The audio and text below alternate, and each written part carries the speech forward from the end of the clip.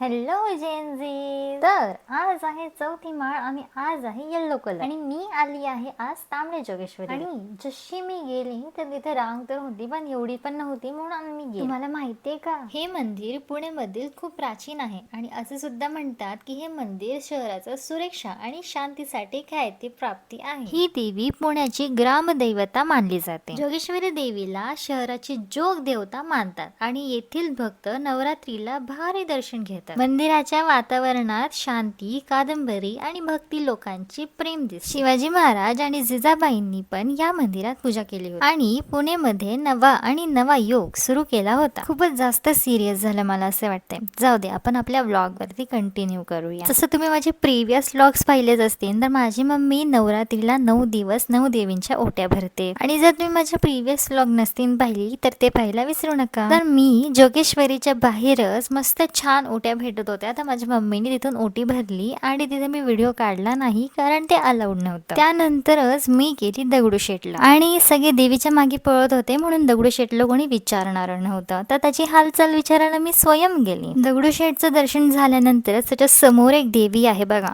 तिथे पाया पडली आणि तिथे आरती पण गेली आणि आम्ही गेलो मंडईमध्ये. थोडा थोडा पाऊस तर पडत होता पण आमच्याकडे छत्री नव्हती म्हणून थोडंसं भिजावं तर लागलंच. मंडईमध्ये गेल्यानंतरच मोगऱ्यांचा आणि फुलांचा वास, वा वा वा वा, काय वास होता. आता मंडईमध्ये का गेलोय हा क्वेश्चन तर असेलच. आता का आलोय हे तर तुम्ही पुढे स्वतःच बघा. चालत असतानाच आम्हाला मंडईमध्येच एक खूप सुंदर देवी दिसते. त्या देवीला मी हळद कुंकू वाहते, मस्त प्रार्थना करते आणि देवी तर तुम्ही आता स्वतःच पहा. सुंदर आहे ना, माहितीये मला. तिच्या डोळ्यात बघूशीच वाटतं अशी देवी होती. आता मंडईमध्ये आलोय तर शारदा देवीचे दर्शन घेणं इज कंपल्सरी. ही देवी आहे विद्या आणि कल्याणाची देवी. लोक म्हणतात की अत्याधुनिक पेपरचा पल्प पासून ती तयार झाली आहे जी खूप वेगळी आहे. त्यामुळे ही शक्ती आणि चमत्काराची देवी मानली जाते. मंडई गणपती बाप्पा बरोबर ती असताना त्याचे दर्शन घेणे अतिशय मंगलच असतं आणि त्यामुळे सगळे जण दर्शन घ्यायला जातात. आता मी एवढं श्रद्धा देवीला भेटायला गेली तर तिची पूजा केली, फुलं वाहिली आणि आशीर्वाद घेऊन